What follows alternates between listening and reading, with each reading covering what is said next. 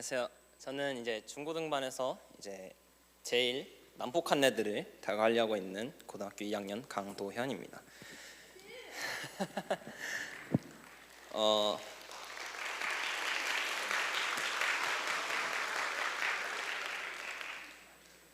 제가 이제 전하고 싶은 말은, 작년에 이제 시간은 작년으로 되돌아가는데요. 작년 고등학교 1학년 때죠. 그때 중반기, 후반기 그쯤 사이에서 조금 저는 힘든 시기를 가졌었습니다. 고등학교를 올라오고 나서 좀 그런 고등학교라는 것에서 나오는 부담감 때문인지, 아니면 성적 때문인지, 아니면 바뀐 환경 때문인지 몰라도 저는 스트레스 때문에 좀 많이 아팠었어요. 정신적으로 좀 문제가 있었다고 생각합니다. 저는 조금이나 스트레스를 받거나 화가 나는 상황이 생기면은 자해를 했습니다. 머리를 잡아 뜯거나 벽에 머리를 박거나 혼자서 뺨을 때리거나 심하기까지 하면은 손등을 칼로 그었습니다. 근데 그렇게 하고 있을 때, 위태로운 삶이라고 생각하고 있었을 때 어느 순간 이런 생각이 들었어요. 이렇게 몸을 가지고 살아왔고 좋은 재능을 가지고 있고 많은 탤런트들을 받았는데도 이렇게 저를 학대하고 있는 모습이 너무 이거는 옳지 않다고 생각했었고, 그리고 찾아온 겨울 캠프 때 하나님께 말씀을 드리자고 생각을 했습니다. 저 너무 힘들다고, 저를 괴롭히고 있는 제 생각이 너무 나쁘다는 것을 알고 있는데도 저를 스스로 괴롭히고 있는 생각이 계속해서 머릿속에서 나오고, 그 생각이 또 생각을 낳고 저를 정신적으로 괴롭히고 있는 이 모든 것들을 전부 없애달라고 하나님께 기도했었어요. 그리고 나서 이제 한동안은 좀 괜찮아졌습니다. 하나님의 은총이 저에게 오셨던 것 같아요.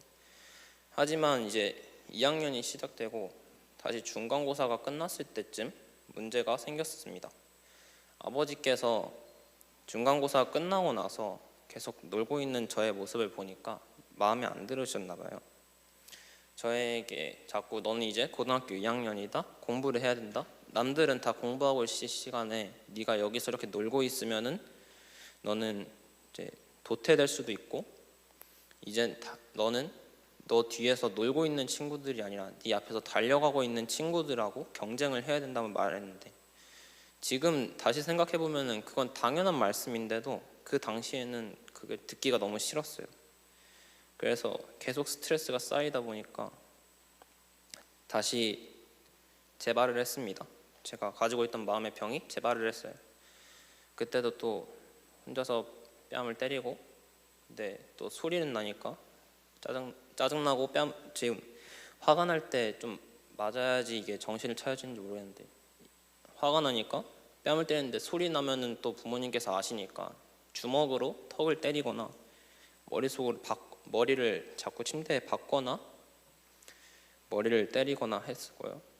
이제 좀 물론 하진 않았지만은 가끔씩은 진짜 심하게 생각을 할 때는 진짜 짜증나는데 차라리 내가 없으면은 아버지도 이런 말 안 하실 거고, 이런 엄마도 밤마다 늦게까지 일 안 하셔도 되니까 그냥 죽을까 생각도 했었습니다.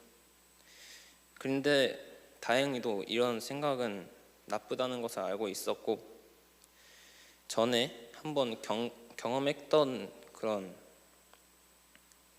감정이었기 때문에 하나님께 바로 말씀드리기로 했어요. 저는 너무 이런 안 좋은 생각이, 심지어 더 심해졌던 이런 생각들이 저를 괴롭히고, 이게 계속된다면 언젠가는 진짜로 이성의 끈이 끊어지고 진짜로 부모님 곁을 떠날지도 모르겠다는 생각들이 다가왔고, 그리고 그렇기 때문에 하나님께 도와달라고 얘기했고, 하나님께서는 이에 응답하셔서 제가 나아지게 할 수 있도록 도와주셨습니다. 그래서 지금은 굉장히 많이 호전된 상태이고요.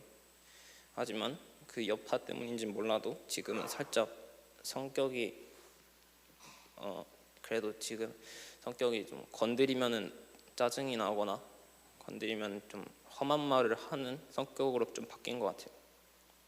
그래도 그 다음 찾아온 하나님의 은혜가 있었습니다.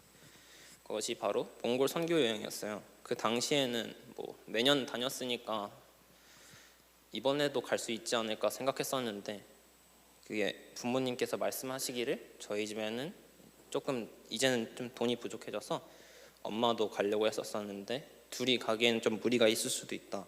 그래서 이번에는 엄마 혼자서, 작년에는 엄마가 안 가고 저 혼자만 다녀왔기 때문에 이번에는 엄마 혼자서만 다녀오기로 하자고 했어요. 근데 제가 그 엄마에게 소식을 들었을 때는 준서나 은성이 같이 저랑 같은 학년인 친구들이 가기로 마음을 결정했었기 때문에 저도 친구들하고 가고 싶은 마음이 있었습니다. 그때 홍성희 권사님께서 오셔가지고 제게 얘기를 하셨어요. 이거 가고 싶은 마음이 있고 그것을 하나님께 계속 얘기하다 보면은 하나님께서는 언젠간 기회를 주실 것이다 얘기하셨고, 홍성희 권사님께서는 저와 함께 기도를 해주셨습니다. 그리고 찾아온 기적이, 제가 가고 싶은 것을 지금 누군지는 모르지만 고등학생이나 중학생 중에서 가고 싶은 학생이 있는데 못 가는 상황이 있다면은 자기가 후원을 해주겠다고 하셔가지고 제가 후원을 받고 부모님이랑 같이 몽골 선교를 다녀왔습니다. 저는 아직 그분이 어떤 분이신지는 모르지만 그분이 제가 하나님에게 얘기했던 것을 들으시고 하나님이 다시 그분에게 얘기를 하셔서 제가 몽골 선교를 갈 수 있게 도와주신 것 같아요.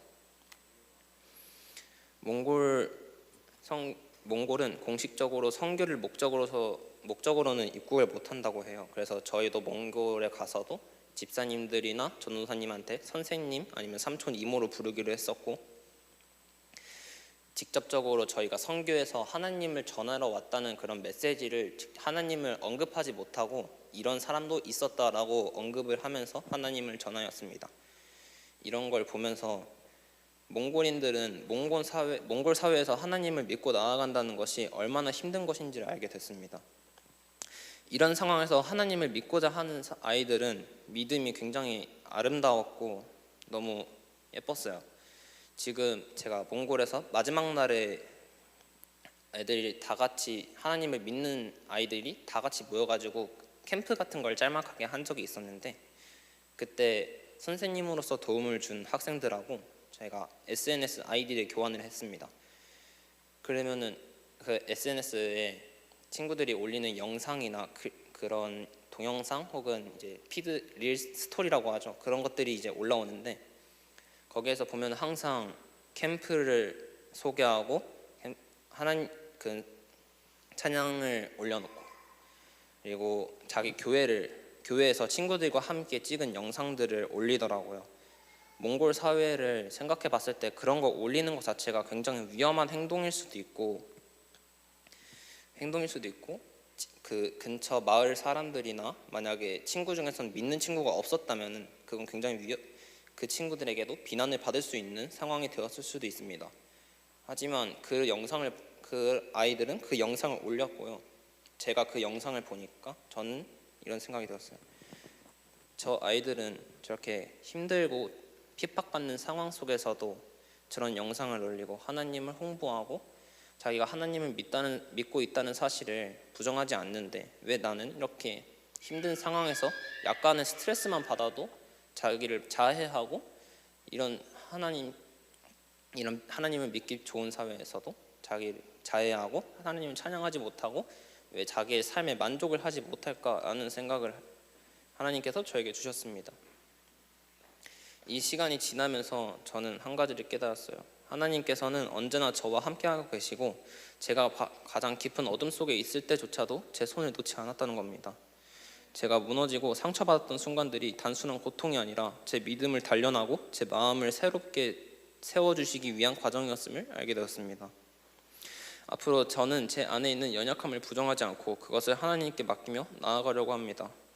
또한 저처럼 힘들어하는 친구들이 있으면 몽골에서 경험한 믿음의 순수한 마음을 마음에 새기면서 그 친구들에게도 그 순수한 마음을 가질 수 있도록 도와주고, 제가 가졌던 아픔의 경험을 토대로 그 친구들의 아픔을 모두 회복시켜 줄 수 있도록 도와주려고 합니다.